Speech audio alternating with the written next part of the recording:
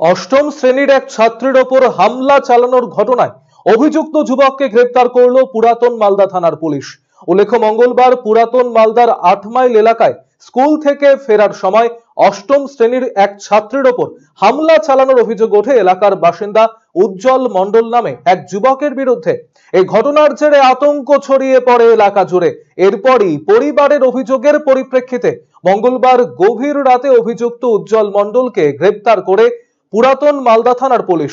বুধবার অভিযুক্তকে মালদা জেলা আদালতে পেশ করা হয়।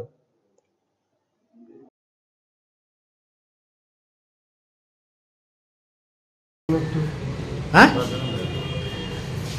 কেন মারলাম এটাকে? 3 দিন থেকে পাগল হয়ে গেছিলাম স্যার। হ্যাঁ, 3 দিন থেকে পাগল হয়ে গেছিলাম। ওর জন্য? হ্যাঁ। তার জন্য মেরে দিলা? হ্যাঁ। মারলা কেন? স্যার আমি ওকে চাইলে